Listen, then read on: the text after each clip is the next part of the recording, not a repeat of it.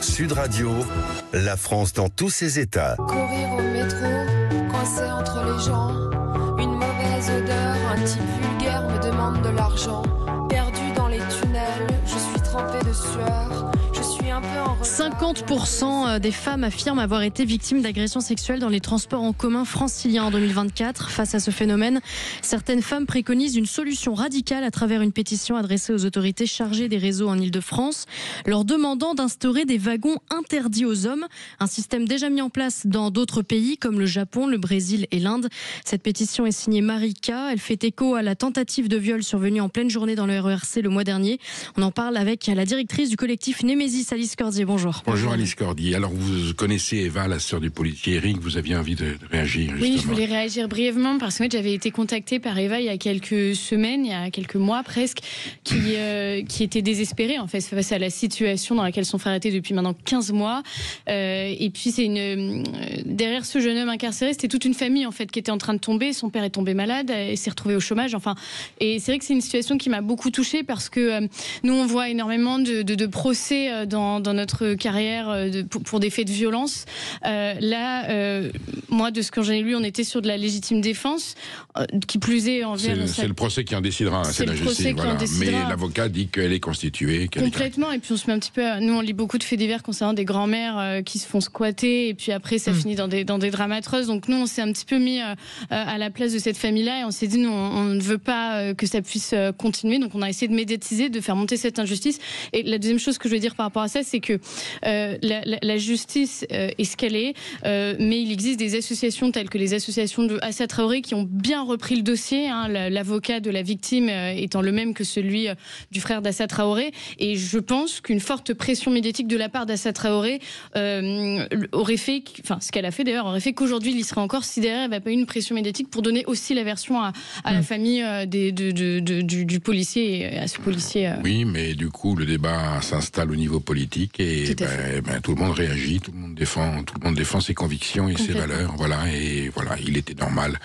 Il me semble qu'en attendant son procès, et on ne se prononce pas sur ce que décidera la justice, voilà, mais ce policier, Eric, n'avait rien à faire en prison en attendant, et la preuve, la justice en a convenu. Donc le peu de temps qu'il a passé était déjà injuste.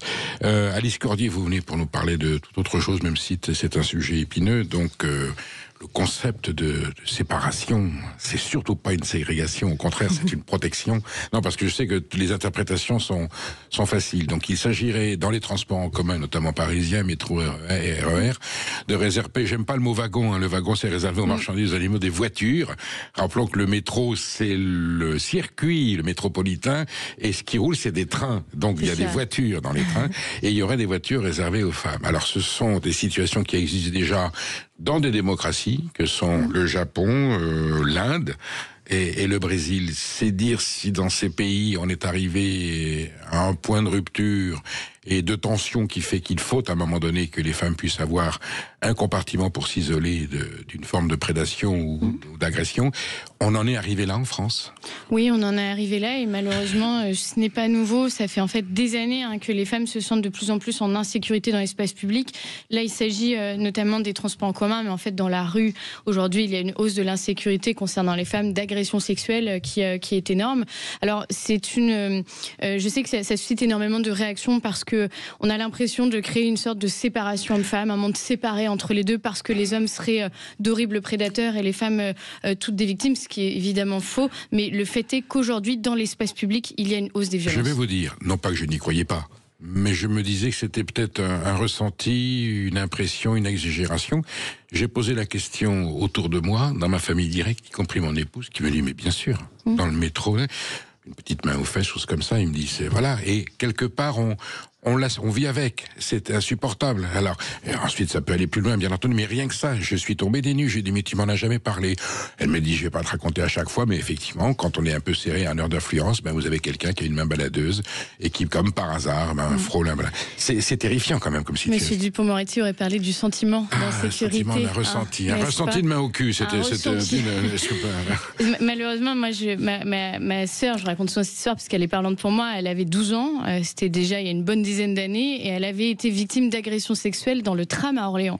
Donc c'est des choses qui existent en fait dans le tram à Orléans. Tout à fait, dans le tram à Orléans. Je le prends de temps en temps, mais c'est vrai qu'à un moment donné, mais on se dit qu'il y a des endroits où on est abrité par ce genre de comportement. Et non. que des gens vont intervenir et elle s'est retrouvée toute seule sans la moindre intervention avec un homme qui l'a frotté en fait, littéralement. En fait, dès qu'il y a contact physique dans une heure d'affluence, alors dans les trains c'est pas possible parce qu'il y a un compartiment, on est assis, voilà, mais là il y a des compartiments où on est debout les uns contre les autres et il est. Alors je suppose que ça a dû toujours exister.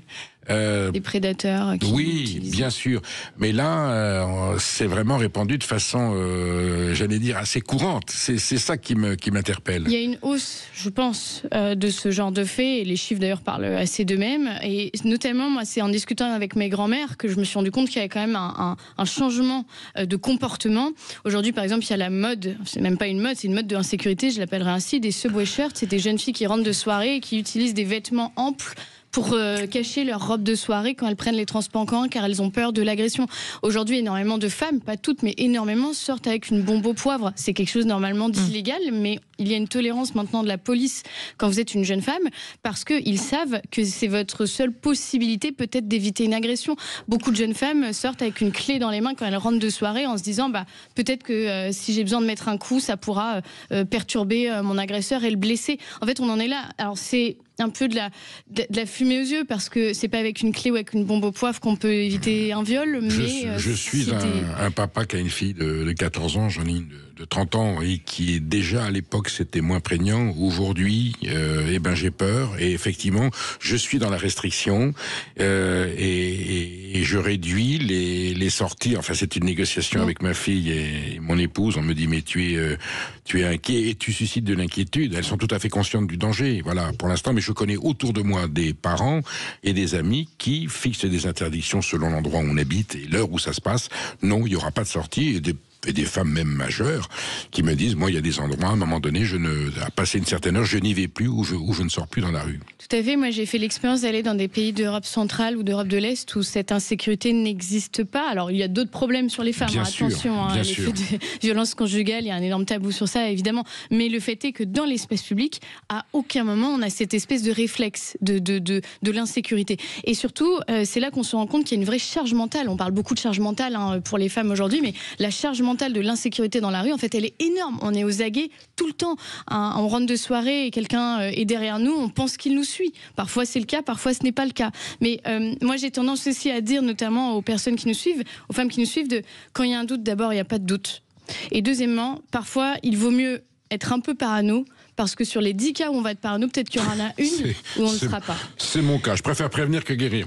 On va mettre les deux pieds dans le plat, parce que l'une des raisons pour lesquelles aujourd'hui on parle de plus en plus de ces agressions dans les transports en commun, et l'une des raisons pour lesquelles ce harcèlement explose, est liée aussi en partie à l'immigration. Et ça, ce sont les chiffres du ministère de l'Intérieur qui le disent. Les étrangers sont surreprésentés dans les agressions sexuelles dans les transports en commun en francilien, je crois. Je crois pas que ça concerne toute la France, mais enfin voilà, on a ces chiffres en tout cas. Vous, j'imagine que c'est quelque chose qui vous sensibilise aussi. C'est quelque chose qui nous sensibilise parce que je vais vous dire, moi, ma sœur de 12 ans, quand ça lui est arrivé, aucune association féministe ne portait ce discours-là. C'est pour ça, en partie, qu'on s'est créé. C'est parce qu'il fallait une parole qui lève ce tabou-là de l'insécurité liée à l'immigration. Les chiffres sont assez clairs. 62% des agressions sexuelles dans les transports franciliens sont le fait d'étrangers, donc sur les transports dans l'Île-de-France. Mais en fait, les chiffres sont énormes à l'échelle nationale puisqu'ils sont de 40%. Et je rappelle quand même que les étrangers ne représentent que 8% de la population, ce qui est déjà pas mal, mais enfin qui n'est pas majoritaire.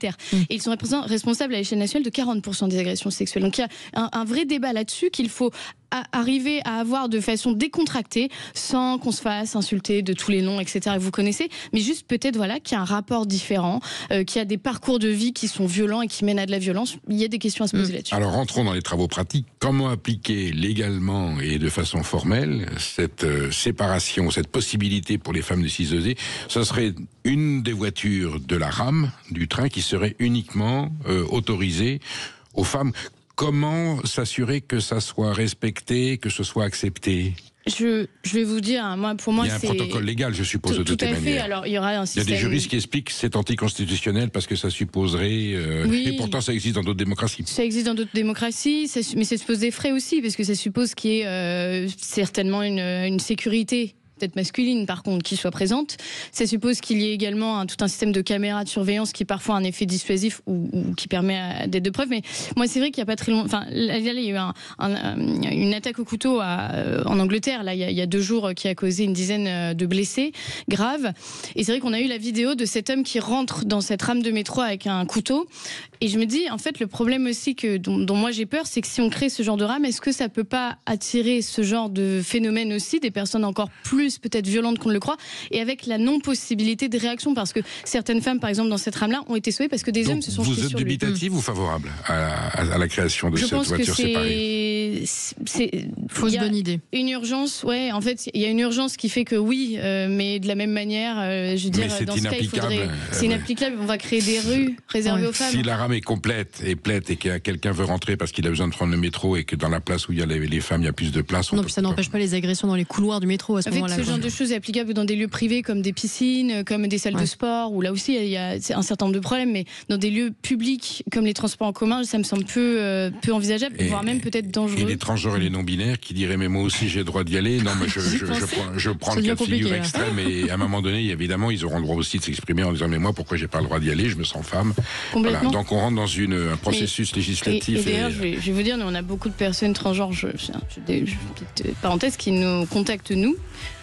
Parce qu'ils sont eux-mêmes victimes de l'insécurité liée à l'immigration dans les transports en commun. Bon, le principal, ça serait d'abord de rétablir la sécurité dans les transports en commun avec les mesures policières et administratives légales. C'est ça, si je voulais définir ça en une conclusion, c'est un pansement sur une hémorragie, quoi. Merci Claire d'être venue nous voir. Alice Cordier, pardon.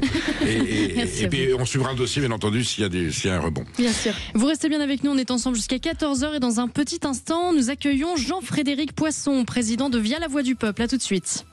Sud Radio. Sud Radio. Parlons vrai. Parlons vrai. Sud Radio. Parlons vrai.